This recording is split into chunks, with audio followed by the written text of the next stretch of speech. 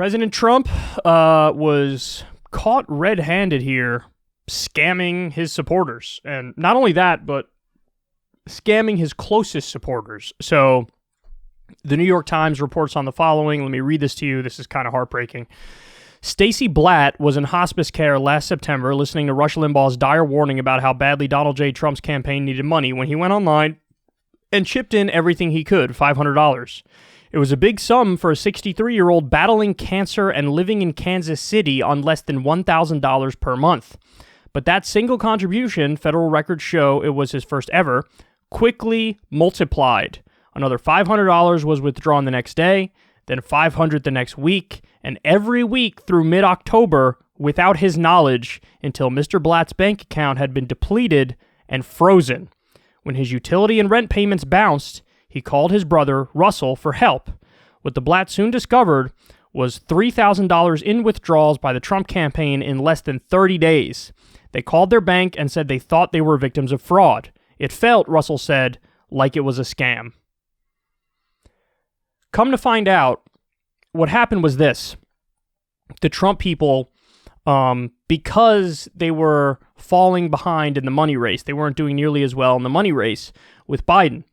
What they did is they put the default settings on the website to weekly recurring payments. Weekly recurring payments. So when people thought they're doing, like he thought he was doing a one-time donation of $500, but he needed to click out of the recurring payment thing, and it wasn't even recurring monthly, it was recurring weekly. So the guy lost all of his money donating to the Trump campaign and didn't even realize it until it was too late. They set the default option to weekly recurring payments to try to fleece their people to catch up in the money race. It doesn't get any darker than that. I mean, this reminds me of when he did the fundraising for the Stop the Steal thing. He was aggressively sending out emails nonstop, aggressively fundraising for the Stop the Steal fight.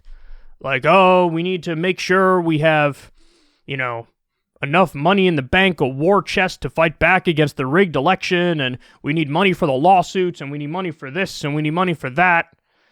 And if you read the fine print, basically what it said is you have to give, I forget the exact number, so don't hold me to this, but it was something like over $5,000, the money that's over $5K, that money goes towards whatever election stuff, but up to $5K, it just goes towards paying off the campaign debt that they had.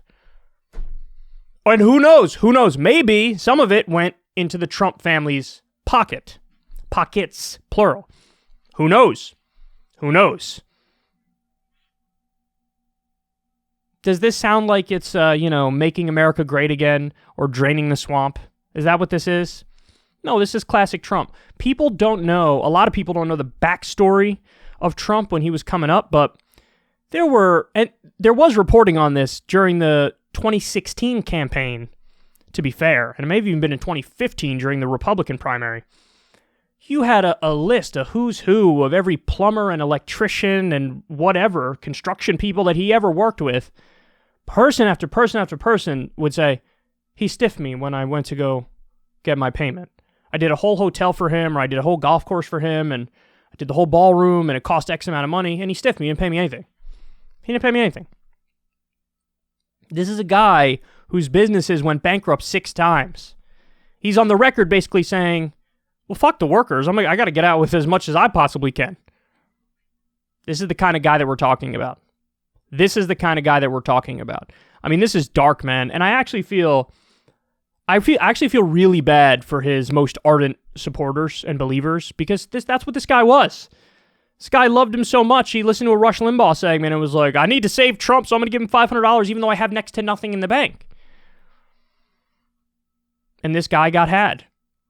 I don't agree with anybody on the left who would, almost say like, haha, that's what you get for supporting the con man. No. I just think this guy's a victim. And I think Donald Trump is one of the most successful con men of all time, if I'm being honest with you. I mean, the guy basically bullshit his way into the White House. That's no easy feat. That takes a very particular skill set that he has, So I just feel bad for this guy. I'm not judging negatively. I mean, obviously I hate his politics, but I'm not judging negatively. I'm not wagging my finger, and I'm not taking joy in the fact that this guy just got hosed. But I just feel bad. And I bet so many people had the exact same experience, and they just didn't know where to go, who to talk to, how to get the money back. It's just heartbreaking, man. It's just heartbreaking. Remember, guys, he's just like all the other politicians. If anything, he's worse.